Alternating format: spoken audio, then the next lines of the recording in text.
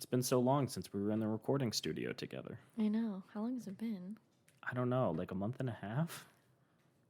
Ah. That doesn't sound right, but at the same time, it's hard to disprove, right? Yeah, God, we're the best siblings in the world. we really are. Don't be so happy.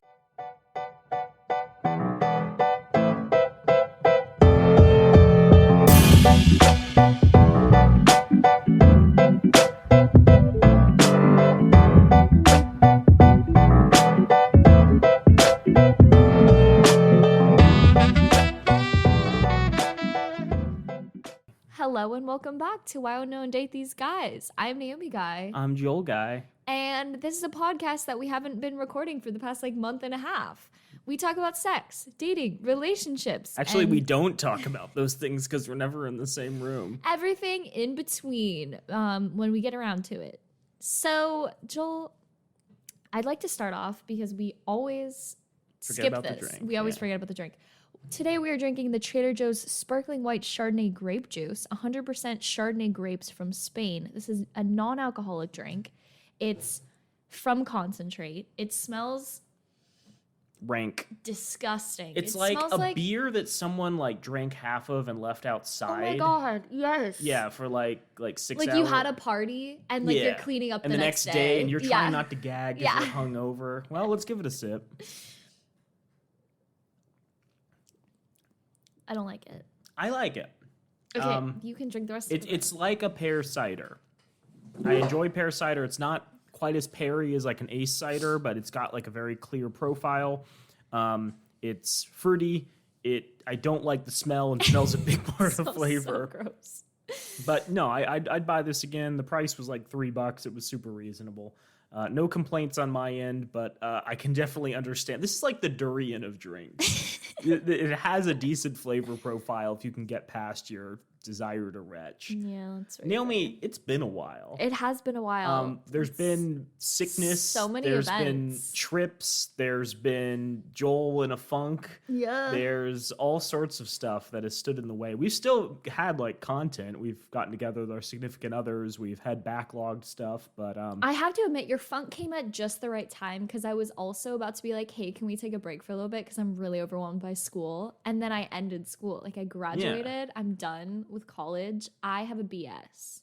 you have a BS. I'm so proud of you, Naomi. Thanks. What's your BS in? My BS is in bullshitting. I'm just kidding.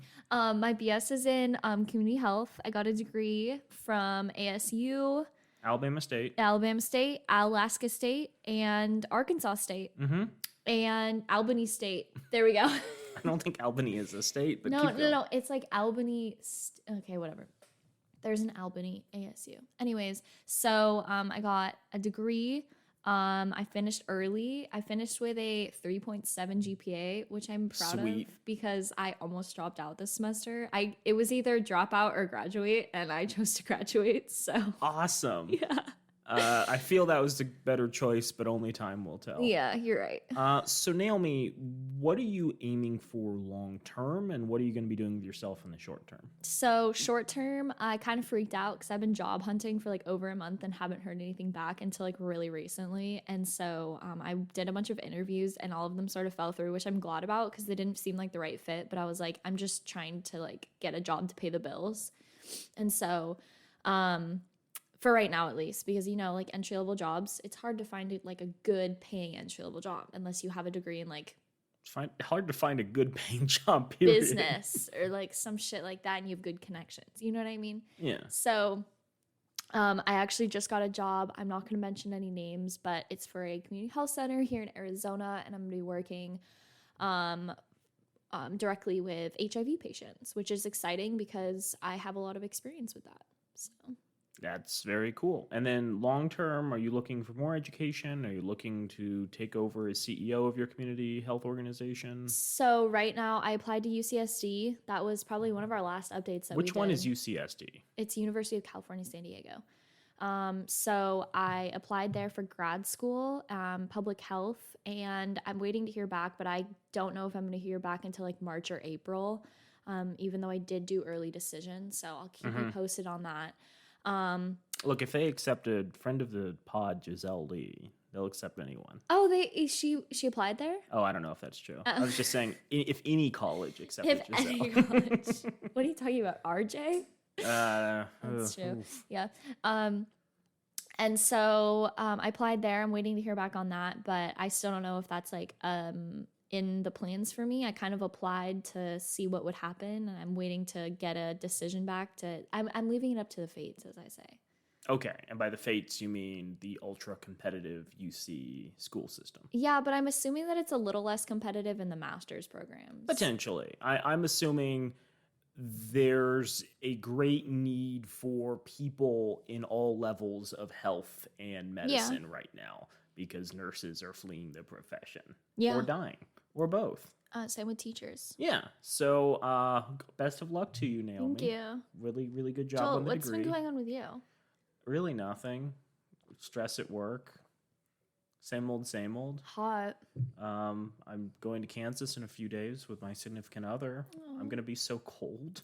Oh my God. It's going to be a high of 11 degrees. Yeah. It's going to be a low of -6 some days. Lauren is like, you'll love the downtown. And I'm like, I am not leaving the bed the entire time. You're just going to be Charlie and the Chocolate Factory's grandparents. That is going to be me. Yeah.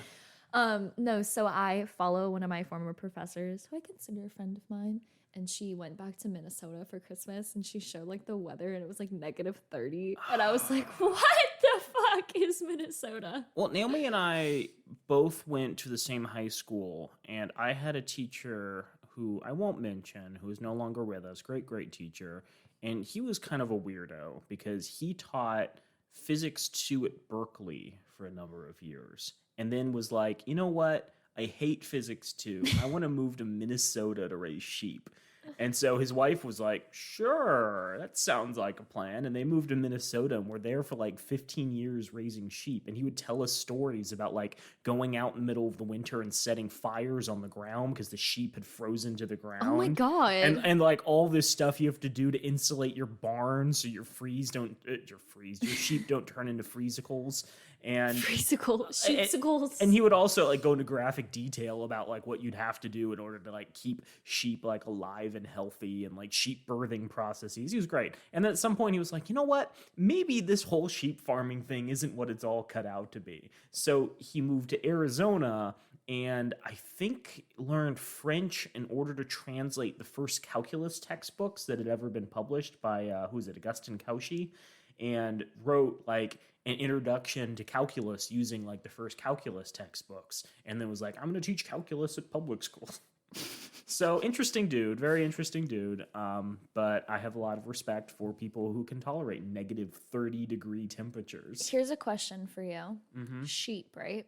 So like they're out in the wild and they like die because they have too much fluff on them. You know what I'm talking about? Sure. How did sheep survive before we like put them on farms? Symbiotic relationship with wolves. Wolves like take a bite out of their wool and use it to floss their teeth. And they wouldn't go any further. I hate you so much because for a second there, I actually believed you. I was like, oh yeah, that makes sense. Naomi, this is the first podcast of our new year. We're 8 minutes in. I think we need to do a better job of getting to the meat of our episode. What are we talking about today? Were just catching up, bro. I don't know. This isn't a podcast episode. We're recording. Oh my God. Personal goals for my new year. Mm-hmm. Okay. Well, so I want to talk about this because I think we talked about this last year as well, beginning of 2021. We did. Yes. And I think at that point 2022. Oh, right. Year. End of 2021, beginning of 2022. Yeah. This is the end of 2022, beginning of 2023. Yeah. I'm just filling time. You want a neat hour-long podcast every single time. Can't deviate from that, or the advertisers will start dropping like flies. Oh yeah, the advertisers, plural. Boy, the InfoWars sponsorship is evaporating before our eyes, Naomi. So I think we didn't have a clear idea of what we wanted for this podcast. And I think even if we did have a clear idea, there were certain like world events that happened that kind of shaped the direction we took this. Would you say that's fair? I think that's extremely fair because we started it in the middle of history. Well, I mean, we're always in history, but what I'm saying is like we started this podcast in the middle of a giant shitty situation.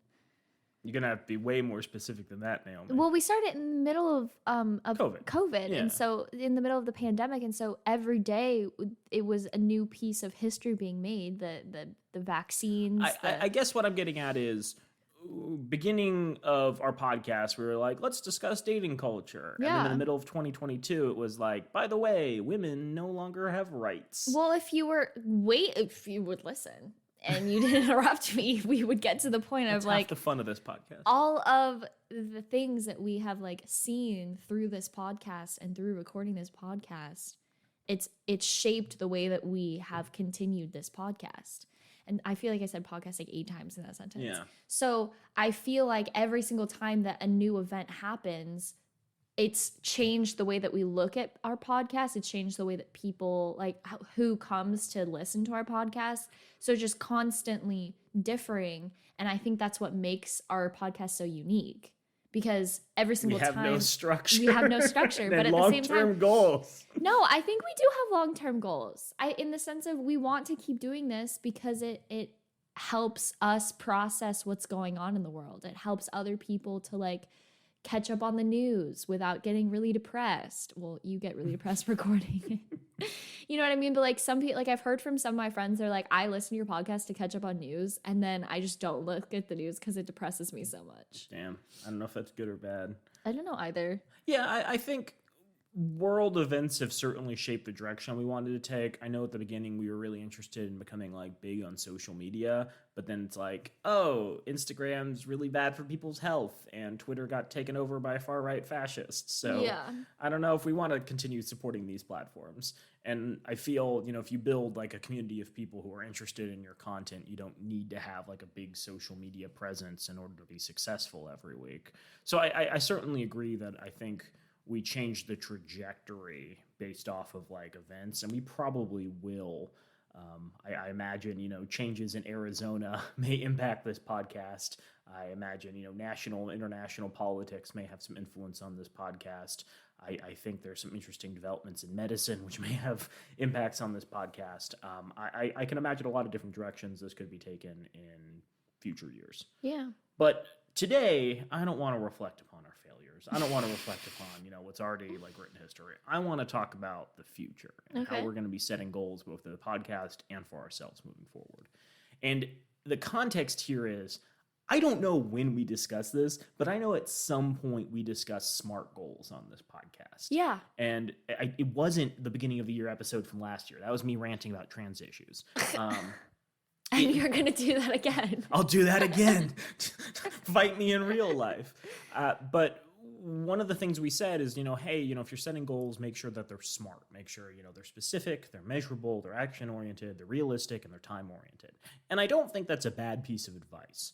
The issue, as many people have probably realized coming around the sun one more time, is that even if they followed that advice, they still probably didn't achieve a lot of the things they set out to. And I don't think you should beat yourself up. I think goals are aspirational. They're not like a thing you need to do in order to live or die another day. I think it's perfectly fine if you fall short of greatness, if you, aim for high heights and, don't quite make it. But I think it's also worth reflecting, if you're an individual who wants to be better in the coming year, how do you actually like manifest that? And maybe I don't mean manifest. That's like secret level. No, I would like to I would like to extend on that point, just because I feel like the reason why a lot of people didn't hit their goals and haven't been hitting their goals for the past couple of years is completely understandable. Like, we are going through a time that is so extremely stressful. Like, in the past year, Arizona specifically has seen more inflation than since like the 70s or something. It's the highest inflation for consumer goods of any major city in the country. It is mind-boggling. It's crazy. And so I, for instance, have been giving myself a lot more slack, because it's like, okay, you're going through a hard time. Your body is stressed and you're adding more to it. So like, how about you just chill out? It'll happen when it happens. When you feel motivated to do it, do it. But I feel like a lot of people are stressing themselves out because we're going back to the pre-2020 mindset of go, go, go, go, go, and don't wear a mask anywhere. And people are continuing to get sick, and people are continuing to go through situations where they're like, oh, well, they're trying to bring back history of the capitalist society that we used to live in, but you can't go back if so many things have changed. Right. And I think just to underline your point, a lot of people have less money. More people are stressed about, their Yeah. financial situation. Maybe you wanted to take like a pottery class beginning of the year and you're like, I don't have the time because I'm working so much. And also I don't have, $250 lying around in Yeah. order to take it. So I feel that's a really good point. Just because you didn't make your goals doesn't make you a bad person. Just because you didn't make your goals doesn't mean like don't have the ability to control yourself and your impulses. Yeah. There are certainly things outside of your control, but I do think even with situations outside of your control, there is still a way to stay on the path. And the reason I think that is because I read a book while I was traveling in Peru over this summer called Atomic Habits, about the neuropsychology of how you can make better, not even goals per se, just make better plans for the future and follow through on them. Habits. Oh, I really missed that in the title. So we don't really need to dig too much into detail. It's a very quick read. I'm not going to spend a lot of time digging through the actual text, mostly because the copy I have is a digital copy on my phone, and it's a little awkward flipping through that. Yeah. I think it was 400 pages on my phone, but that's because the text was shrunk to fit the pages. So it would be much shorter if you were actually printing on a normal paper. But Atomic Habits' main thesis is goal setting is silly because people don't actually want to set goals. They want to have systems in place that allow them to achieve outcomes. So the difference is a goal is something that you are trying to achieve. It's not the way you actually achieve it. And when we talked about SMART goals, we were like, well, make sure it's action oriented. Make sure you have some way of doing the thing.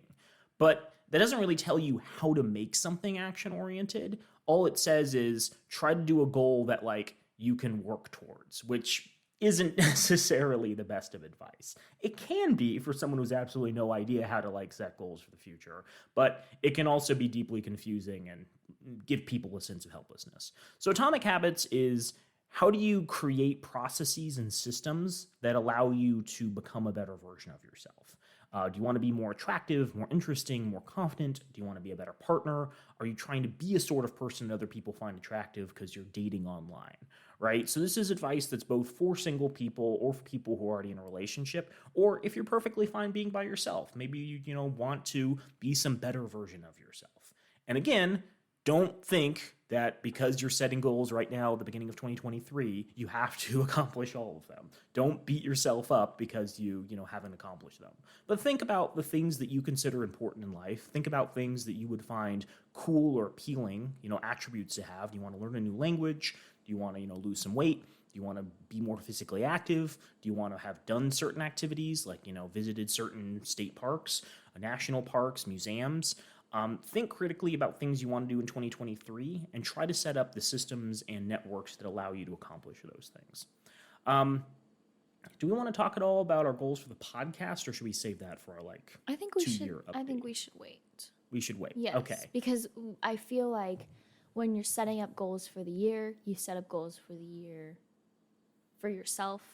You don't set up goals for the year for your business. Sure. So this book was written by James Clear. I did some research. I don't know anything about James Clear. Okay, He gives solid. a little bit of information in the beginning of the book about how he started blogging about human behavior and neuroscience. And to my knowledge, he doesn't have an advanced degree or any sort of research background on neuropsychology. He may have just read a bunch of research papers and was I'm going to translate this into useful advice for my audience. Why is this everyone on TikTok? This is, oh my God, you're right. Yeah, he was the... I came up with the conclusion the other day, totally off topic, but that new Instagram notes feature? Sure. It's the new MySpace status update. Sure. I told that to your significant other, Lauren, and she was like, "Oh my God, you're so right." I'm editing this episode and cutting all of this out. Okay, cool. Keep going. I lost my train of thought. Thanks, Naomi. You're welcome. Yeah, so he seems to just be some dude who started like writing about a thing that he was interested in and got a crazy amount of followers and got a crazy amount of media attention and then eventually transferred all of the stuff he'd written into a book.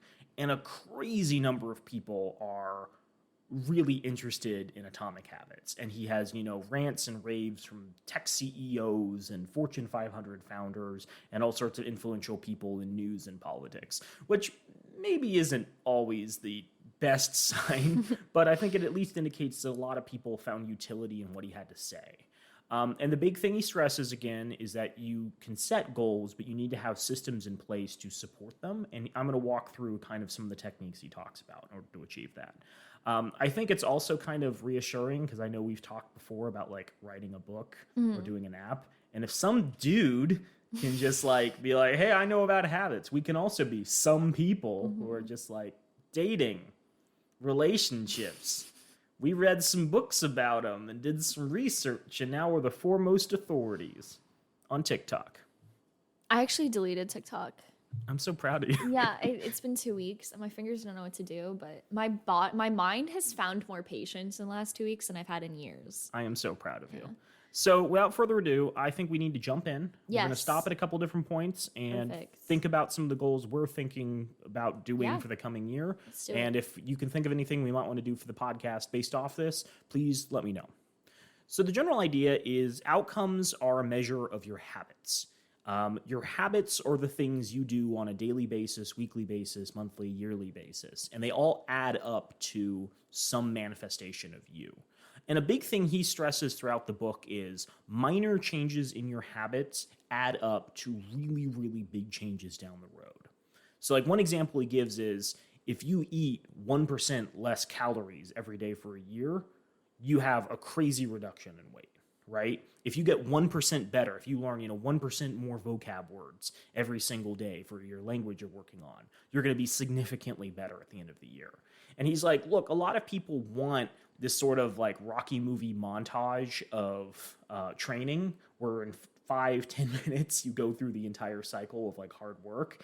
And the problem is you don't really need to work hard in order to have really big differences. You just need to set something in stone you do consistently and, iterate upon that on a consistent basis. He's a big believer you need to be doing stuff on a consistent basis. It doesn't necessarily need to be daily, but you need to have some kind of thing to support your eventual goal where you're making progress on it and not giving up on it or backtracking. I've always been told that if you want to start a habit, like for instance, like simple, like making your bed, you do it every single day for 90 days and then it becomes a habit. Mm-hmm.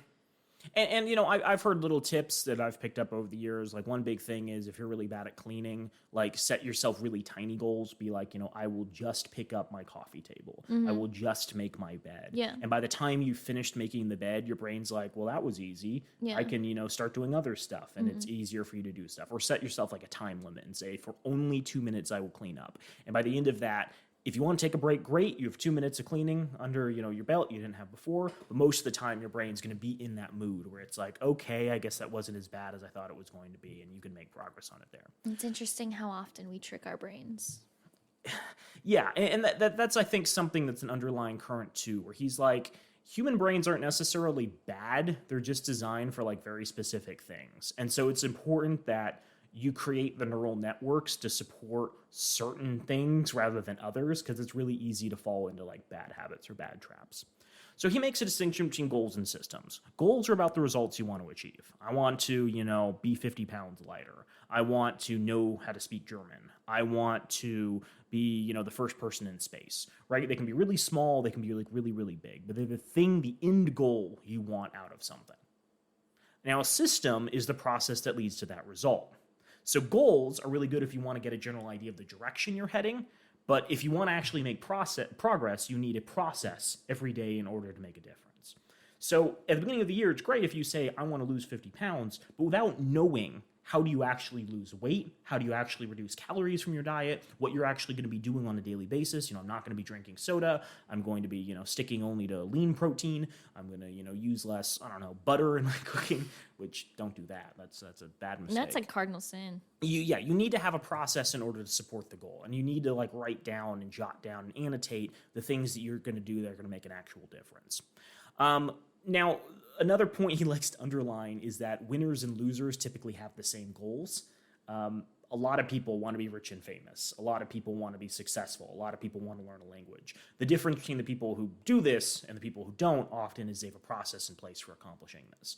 Now, that's not to say luck doesn't play a role, because like obviously if you're successful in Hollywood, you probably either were lucky or had some support from people in your family.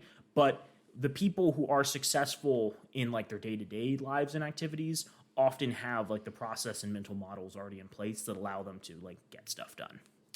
And the purpose of setting goals is to win the game. The purpose of building systems is to continue playing the game. Because a lot of people who say, I want to lose weight, they don't want to lose 50 pounds. They want to lose 50 pounds and keep it off. And that seems like a really subtle difference, but a lot of people who lose weight find that it rebounds almost immediately. Because they did like some change and then immediately gave up on the techniques that they had like done and established in order to get to that point. So only if you're building like a long-term system will you be able to accomplish like that better idealized version of yourself. So changing our habits is challenging for two main reasons. The first is we try to change the wrong thing, and the second is we try to change our habits in the wrong way. So there's three actual layers to behavior change. The first is changing your outcomes. This level is concerned with changing your results, losing weight, publishing a book, winning a championship. Most of the goals you set are associated with this level of change. The second layer is changing your process. This level is concerned with changing your habits and systems, implementing a new routine at the gym, decluttering your desk for better workflow, developing a meditation practice. Most of the habits you build are associated with this level. And then finally, the third and deepest layer is changing your identity. This level is concerned with changing your beliefs, your worldview, your self-image, your judgments about yourself and others. Most of the beliefs, assumptions, and biases you hold are associated with this level. The alternative to traditional goal setting is to build identity-based habits. With this approach, he creates kind of a foundation for understanding how to build all habits in general. Any questions so far? No? Okay, and again, this is a completely different way of kind of thinking about habits, because a lot of people are like, I want to learn a language.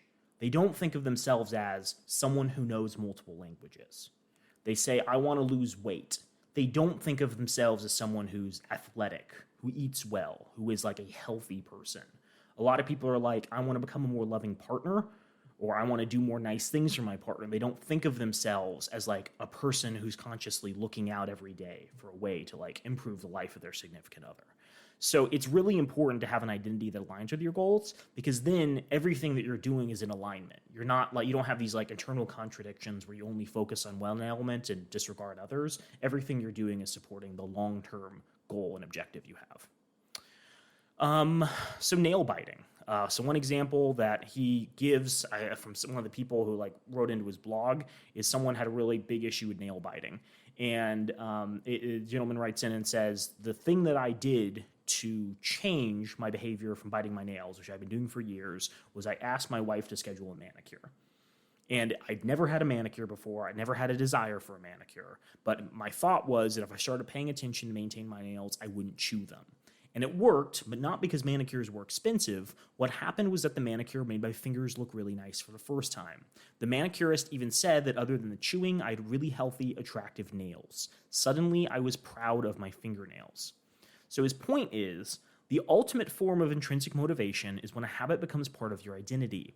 It's one thing to say I'm the type of person who wants this. It's something very different to say I'm the type of person who is this. So compare the two like situations. One person says, I have a goal of no longer biting my fingernails. The other person says, I have a goal of maintaining nice fingernails. And then you can start to think about the habits and processes that might drive how do you have better fingernails? Do you schedule a manicure on a weekly basis? Do you like get a nail polish, like a lacquer or something that has like,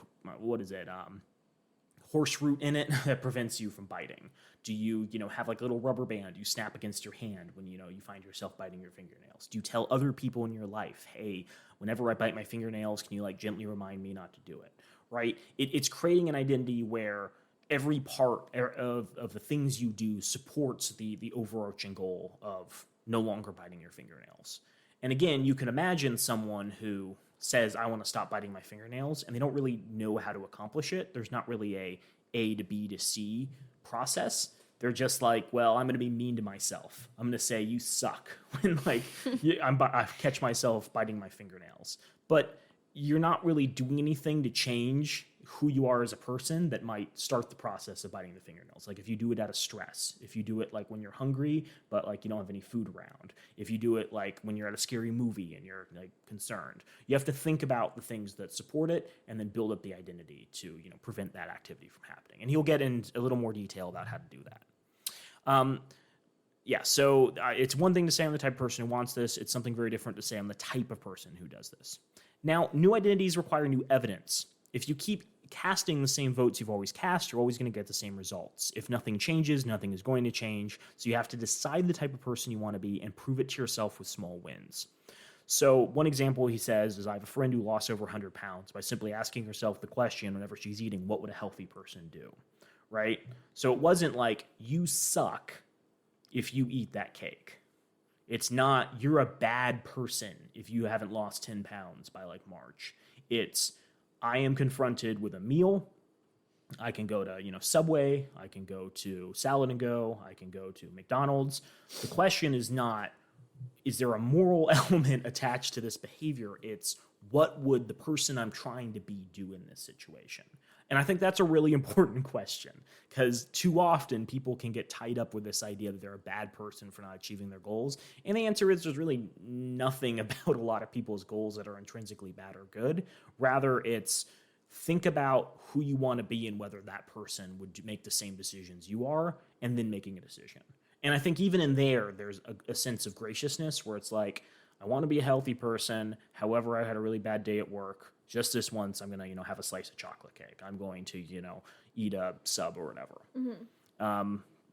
Does all of this also make sense? I know So we're going to get into what the processes are for identifying a habit and then changing it in just a few. But I want to talk about some of the goals you might have set at the beginning of 2022 and whether or not you feel you achieved them. Okay, so I wanted to read more books at the beginning of 2022. And I don't feel like I achieved that goal for a variety of reasons, but I feel like I pinpointed the main reason, and that's because of social media, more specifically TikTok. And I feel like I was craving that downtime, and my brain was like, oh, if you read a book, you're gonna have to like focus on something more. And my brain was just so mentally exhausted from like life, school, like things like that I was like, oh, well, I could just aimlessly scroll through Instagram and get like feel better. That's a dream. And so when I watched the Wednesday series on Netflix, I watched a couple, I like love Jen Ortega, so I watched a couple interviews with her, and she was talking about the fact that she had to learn the cello and German and all these different things for her role, just to get ready for it. And I was like, well, maybe if I put down my freaking phone, I would actually be able to like do things like that. Nice. And so I think that the main goal for this year is, since I have like rewired my brain since deleting TikTok, I'm going to be able to achieve the goals that I set for last year, plus more. I think you're on the right track. I think you're still being a little aspirational. Okay. Where you're not thinking of yourself as a reader. You're not thinking of yourself as someone who consumes, literature and knowledge with a voracious appetite. You're still thinking of yourself as someone who occasionally picks up a book because they've, developed a process to do it. And we're going to discuss a little bit more about how you can sort of reshape that thinking and how you can move towards it. But, just some general advice is, think, are the reasons I don't normally read, is it because I'm distracted by social media? Is it because I don't have a comfortable place to read? Is it because, there's other things going on in my life, like a dirty house, and so I need to find a quieter place, like, I don't know, a back room or the library or someplace where I can, feel really comfortable sitting down for like an hour or two on end and reading. Maybe think if there's ways to, make reading more accessible, like putting books on your phone or having audiobooks. Think about what constitutes a book and what the end result is. Is it, I want to read more books so I can appear really snooty and intellectual? Or is it, I want to read more books so I can absorb more knowledge and, be more confident in a wide range of areas? So yeah, it's a very all-encompassing perspective of like goal setting. And again, I don't think the goal is a bad one per se. You just have to think more strategically about how to integrate the end result with your life. Okay. One example I would give is, I also wanted to read more. I wanted to go to the gym more in the last year. And I gotta say, COVID's put a big damper on it. Yeah. And the mental model I have where I'm like, I want to go to the gym, but simultaneously, like, I feel really uncomfortable spending so much time around maskless people who never wipe down their sweaty COVID treadmills after they're done. And that makes me like uncomfortable, and I mentally justify not going to the gym. Which you can be like, okay, Joel, you made the right decision. But simultaneously, the goal was I want to go to the gym with the end result of being a healthier, more fit person. You don't need to go to the gym in order to be healthier and more fit. Yeah. And with the mental model more like, I want to be a healthier, more fit person, just having the barrier of like COVID at the gym wouldn't prevent me from working out more. I'd, go on runs. I'd, do more physical activity at home or in my backyard. I'd install a pull-up bar in my house and, do a pull-up every time I walk through a door or something. Right. It's a lot of pull-up bars. It's a lot of pull-ups. Then I just never leave rooms in my house or enter certain rooms. But the idea is, again, like you have to think about the all-encompassing process of the end result. You can't be like, my end result, my goal is becoming a fitter person without thinking about all of the things in the lifestyle that supports that. And so that's what he's going to get into in just a few. So, jumping back to the outline, which I've lost. Okay, the process of building a habit can be divided into 4 simple steps. Cue, craving, response, reward. Reward. Cue, craving, response, reward. You don't crave smoking a cigarette, Naomi. I know you like the Lucy's. The Lucy's.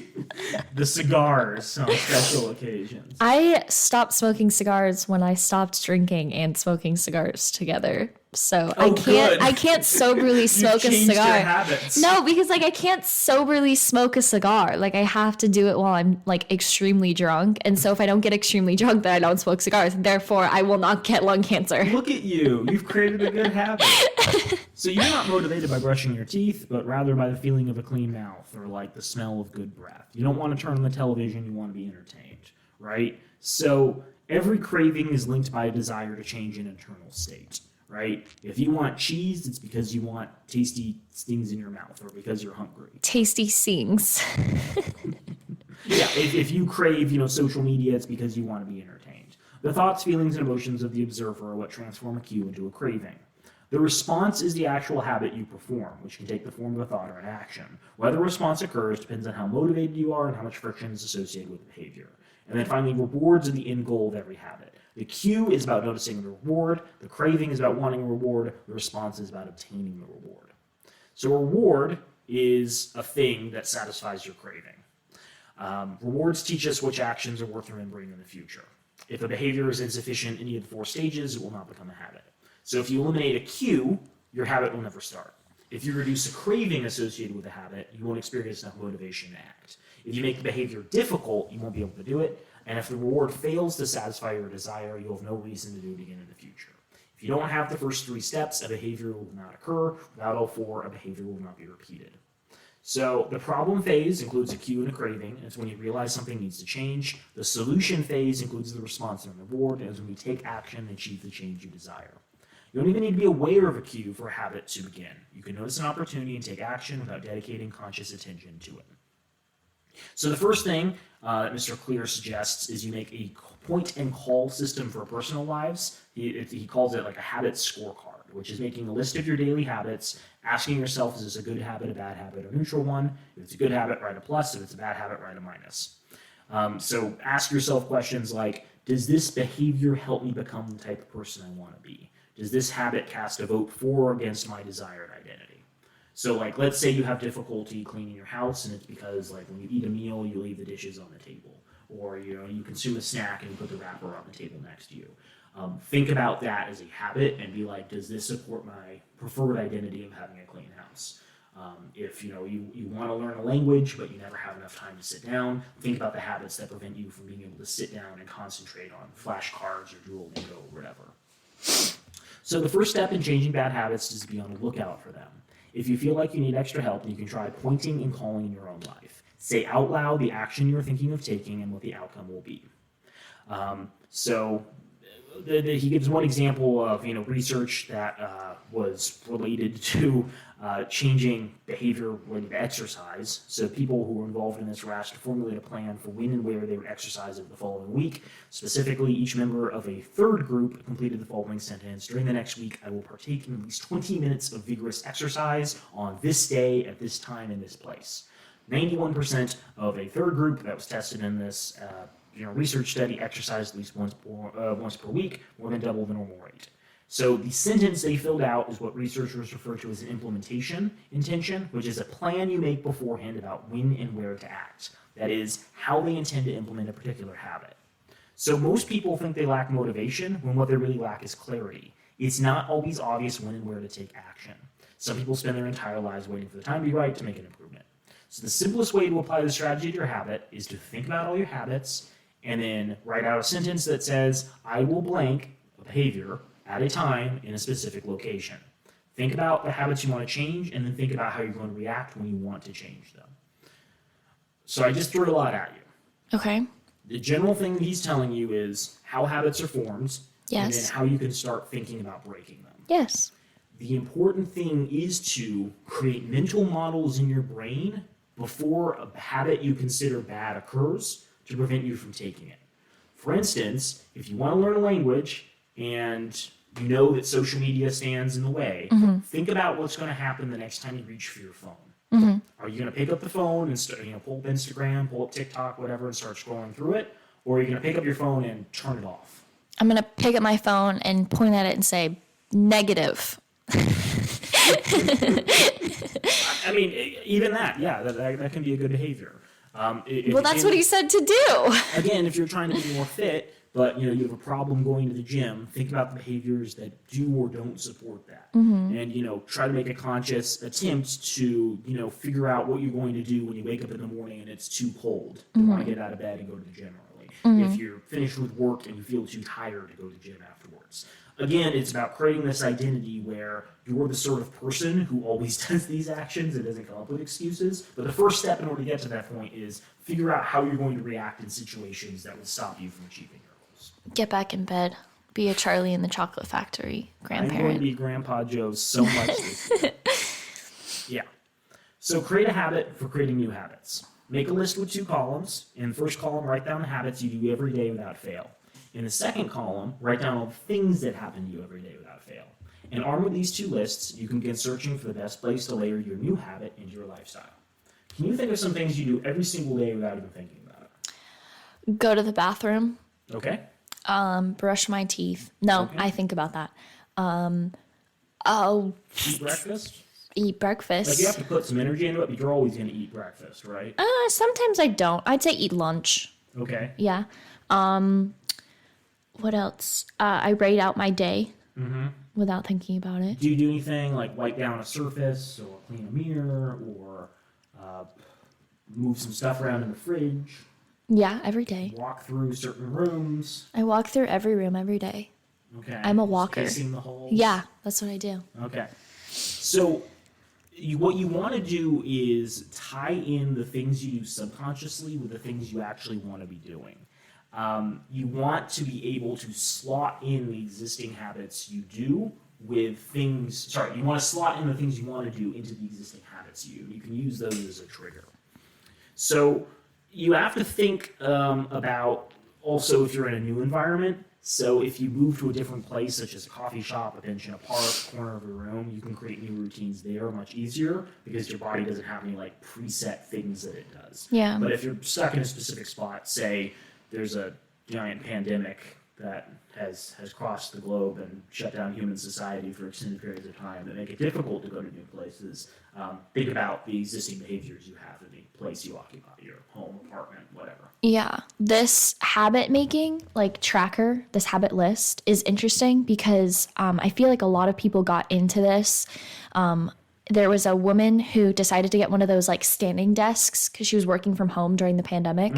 And she was like, oh, well, since I'm standing here, I might as well be walking and like exercising at the same time. So she got like a treadmill to put under her desk. And so she's walking while doing work. And so I think that's interesting because it's a habit of like, oh, you're going to be doing work anyways. You might as well be doing two things at once. Sure. When I was, first doing this podcast, I go to the gym and I have a book that I'd be reading for those podcasts that I do together. I don't know if that's the best version of that, because one of the things he suggests is the things you don't want to do, you have to make desirable. So one example would be like, if you want to go to the gym more, the only time you can use TikTok is when you're on the treadmill at the gym. Yeah. Right. And you like TikTok, you want to use it less. Yeah. So do it in an activity that you're going to do less and make it as like an incentive. Or like you don't like to read textbooks, but you put a gummy worm after each paragraph so that you're like, that'd be really cute. I'm just picturing someone who's like hired to put gummy worms in every textbook. Like the kids these days. So disciplined people, or quote-unquote disciplined people he refers to, are better at structuring their lives in a way that doesn't require heroic willpower and self-control. They spend less time in tempting situations. Oh, damn. Right? So I think a lot of disciplined people, quote-unquote disciplined people, are really good about keeping their phone in their pocket most of the day. A lot of disciplined people are good about like getting a membership to a gym that's on their way home from work. Mm-hmm. Disciplined people are good at like putting healthy foods, quote unquote healthy foods, out in their kitchen, making them visible rather than burying them in the back of the fridge. Right? It's all about structuring your life in such a way to make stuff easy. If you want to eat healthy, don't get foods you're not going to enjoy. Mm-hmm. Don't be like, I'm going to start eating quinoa. No. Because if you don't like quinoa, it's going to be something gross that you don't want to do, and that habit will, fail to commit.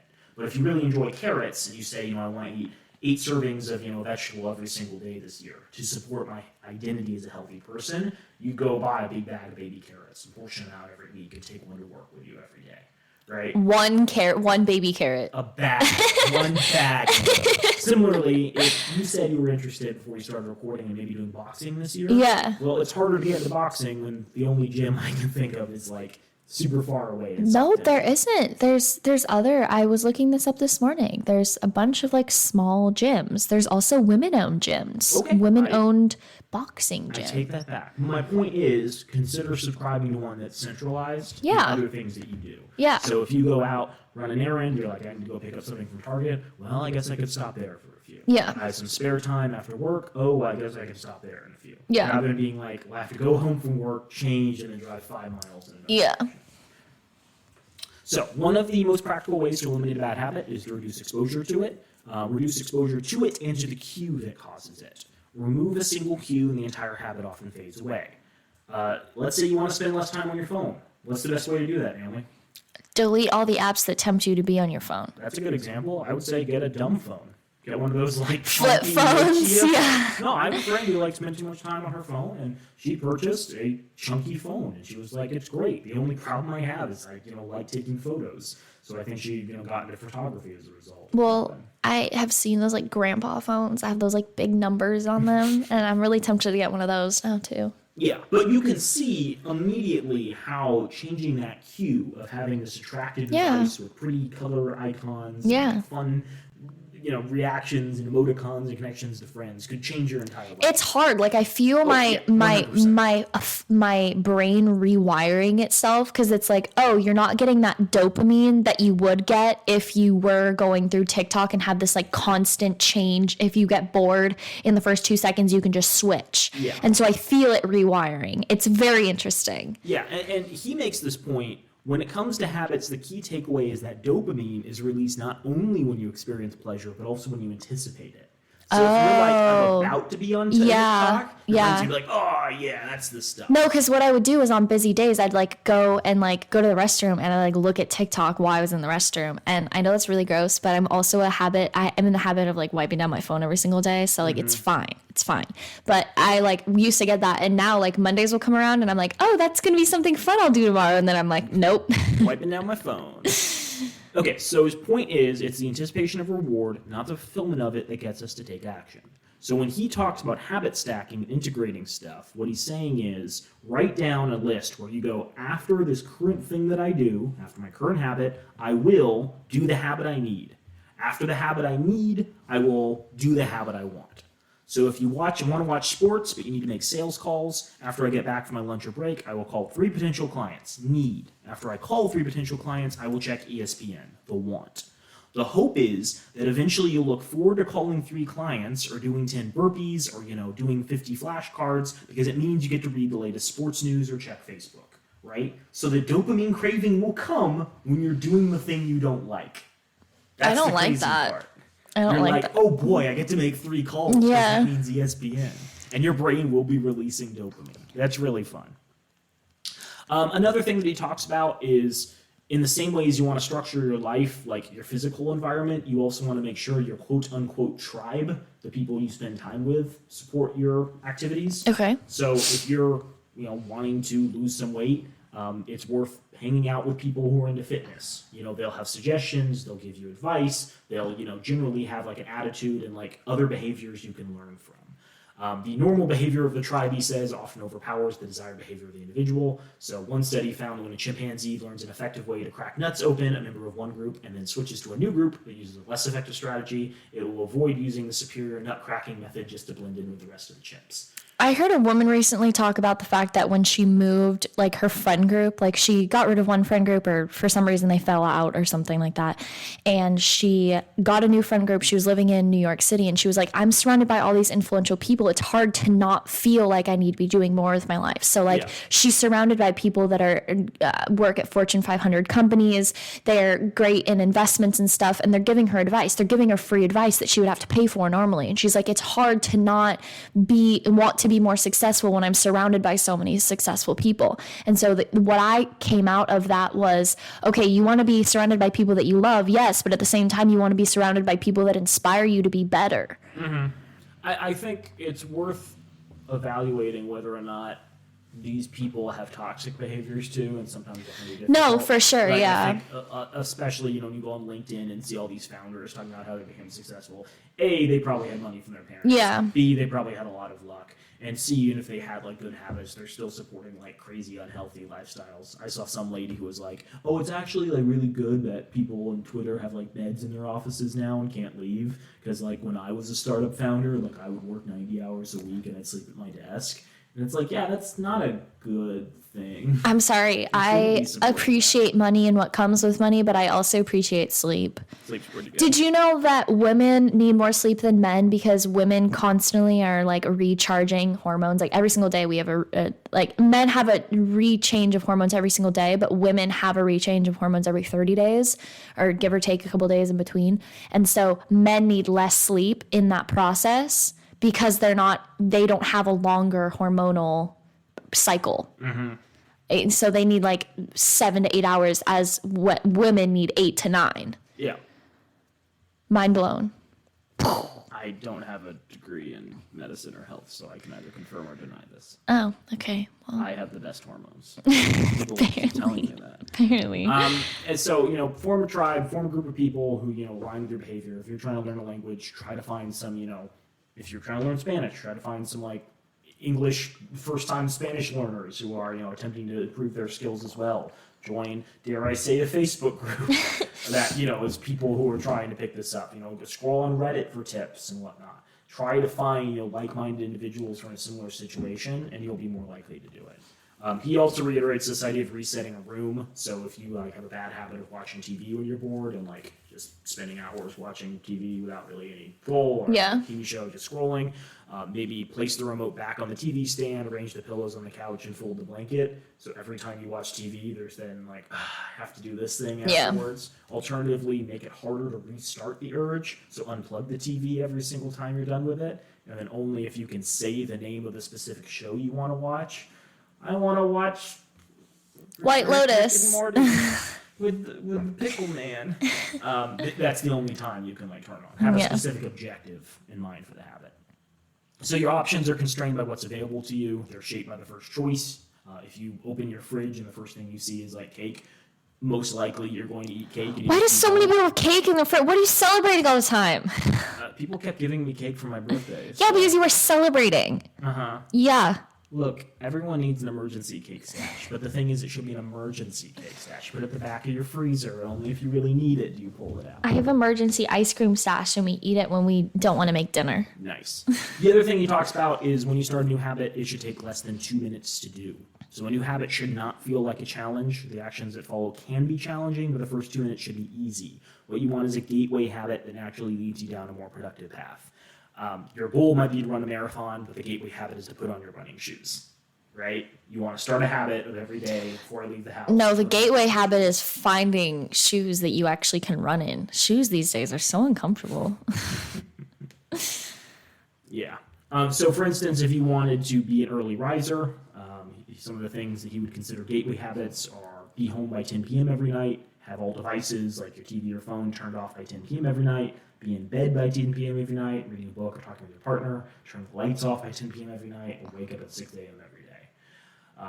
And he gives this really pretentious quote by mathematician Alfred North Whitehead, who wrote, "Civilization advances by extending the number of operations we can perform without thinking about them." And I'm like, that's a little much for this book, Mr. I blogged a lot and now I'm world famous. I feel like that's like, you talked about Clear being like some sort of like self-pronounced habit enthusiast, but I'm like, what is that but every single bestseller self-help book on the market now? Like, there's very few self-help books on the market now that are like, oh, I actually studied behavioral health or something like that. You know what I mean? Like, I'm a sociologist. Like, there's very few. All of them are like, I found love by dating a lot of people, and let me tell you my advice. Yeah, it's the whole like lottery ticket fallacy. Someone's like, I got rich by buying lottery tickets. Yeah. You can too. Yeah, it might work for some people, but it's probably not going to work for a lot of people. But what is that other than just our podcast? Another thing he talks about for behavior change is what is rewarded is repeated and what is punished is avoided. So you learn what to do in the future based on what you were rewarded for doing or punished for doing in the past. Positive emotions cultivate habits, negative emotions destroy them. So I hear this advice every so often, and this was something I briefly did before I was like, this seems weird. And that is, if you're committed to getting something done, put a large amount of money in like an envelope and give it to a friend. And be like, I want you to shred this, or I want you to like give it to like an anti-gay charity. Oh, or shit. Give it to a Republican National Convention, and that will hold you to, doing that thing and following through. Because you don't want the RNC, you don't want NAMBLA, you don't want some anti-trans group to get all the money. The problem is, first, you haven't set up any of the actual habits that would support that behavior. The second thing is you're going to feel really, really bad and hate yourself if like that would ever fail. And the third thing is, why would you even create a situation where these people get money? That's not good. I just remembered why I had that $10,000 in an envelope. I shouldn't have shredded it. Naomi! I was trying to beat teen pregnancy? How dare you not allow me to self-actualize? Boy, our humor is quite good. So again, what is rewarded is repeated, what is punished is avoided. Don't punish yourself for not doing something. Don't, set up these systems where it's like, I'm a bad person and I deserve punishment for failing to do it. Reward yourself instead. So make avoidance visible, open a savings account, label it for something you want, maybe like leather jacket. When you pass on a purchase, if you maybe have a problem with online shopping, put the same amount of money in the account. If you skip a morning latte, transfer $5, pass on a month of Netflix, move $10 over, it's like creating a loyalty program. Same thing, maybe you think you eat out too much. Maybe you think you don't go to the gym enough. Every single time you go to the gym, put $5 in the envelope, right? Soon you're going to have like a shit ton of money. But every single time you're doing this thing, you're rewarding it. Lauren and I did our episode where we talked about like different apps for couples. Yeah. And one of the things we're using is an app called Sweepy. And Sweepy keeps track of chores that people do around the house, and you can assign point values to them. And we decided that whoever has the most points at the end of the month, the other person has to buy like a Steam gift card or a Nintendo Switch gift card, so they can do something. The other person can do something fun because they did so much work. That's cute. But again, the idea is reinforcing the behavior. Yeah. It's not like we're punishing you for not doing enough chores. It's giving the person who's contributing the most, something nice. Yeah. So again, encouraging it. So a habit needs to be enjoyable for it to last. Simple bits of reinforcement, like soap that smells good or toothpaste that has a refreshing mint flavor or seeing $50 hit your savings account, can offer the immediate pleasure you need to enjoy a habit. And change is easy when it is enjoyable. So the last part is he finally goes into the different parts of the habit and tries to make it clear how you can create good habits and break bad ones. And again, I would really suggest you purchase a copy of this book. It's cheap. It's sold everywhere. There's digital and physical copies. It's actually in the nightstand at your hotel along with the Holy Bible and the Book of Mormon. The 3 religious texts of our time. So how to create a good habit? You want to make it obvious, make it attractive, make it easy, and make it satisfying. How to break a bad habit? Make it invisible. And my mouse broke. Make it unattractive, make it difficult, and make it unsatisfying. So if you want to create a good habit, you want to make it obvious. You should fill out a habit scorecard, use implementation intentions, use habit stacking, and design your environment. You should make it attractive. Use temptation bundling, pairing an action you want to do with an action you need to do. Join a culture, your desired behavior is normal behavior, and create a motivation ritual. Do something you enjoy immediately before a difficult habit. Make it easy. Reduce friction, decrease the number of steps between you and your good habits, prime the environment, master the decisive moment, optimizing the small choices that stick for outsized impact, use the 2-minute rule, and automate them. Use like technology and one-time purchases that lock in future behavior. Also make it satisfying, so use reinforcement, giving yourself immediate rewards. Make doing nothing enjoyable. When avoiding a bad habit, design a way to see its benefits. Use a habit tracker and never miss twice. When you forget to do a habit, make sure you get back on track immediately. Don't like sit in the gloom and be like, I broke my 100-day Duolingo streak or whatever. Oh, that would suck. I was up to like 600 days at one point. Oh. And then I was like, I don't know if I'm learning anything. That's its fair. own story. So breaking a bad habit, well, you want to make it invisible. So reduce exposure. Remove the cues of the bad habit from your environment. Make it unattractive. Reframe your mindset. Highlight the benefits of avoiding your bad habits. Make it difficult. Increase the friction. So the number of steps between you and your bad habits, and use a commitment device. And make it unsatisfying. Get an accountability partner and create a habit contract, making the cost of your bad habits painful and public. Ask someone to watch your behavior too. And then the last thing he kind of underlines is the greatest threat to success is not failure but boredom. We get bored with habits because they stop delighting us. The outcome becomes expected, and as our habits become ordinary, we start derailing our progress to seek novelty. You need just enough of winning to experience satisfaction and just enough wanting to experience desire. This is one of the benefits of following the Goldilocks rule, and if you're already interested in a habit, working on challenges of just manageable difficulty is a good way of keeping things interesting. So, Naomi, do you feel you've learned anything from this? I do. Good. Because we're going to sit down, I don't know if it's going to be today or at some point in the future, Okay. and map out at least 3 things we want to work on in the coming year, and then think about the habits to support it. I think that's a great idea. This is a contract between us as brother and sister, as podcast partners. Oh, God. as I'm in too deep. Business executives of DTG LLC. Hot. Yeah. Anything you want to talk about before we close? I think we are all caught up. I think we're all caught up.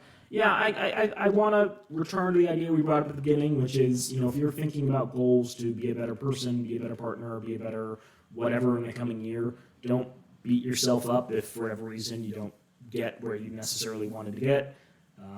Focus on the fact that, the process can sometimes be more important than the end result. And don't bum yourself out. Yeah, be positive. Stay positive. I feel like all these are like harsh things, but they like set you up for success, but you also need to understand that sometimes you just need a little bit of a break. It's true. Yeah. I hope you guys have a great week. Use a condom. You're loved. Wear a jacket. Use a condom in your love. Use a condom while you're being loved. Can't beat that.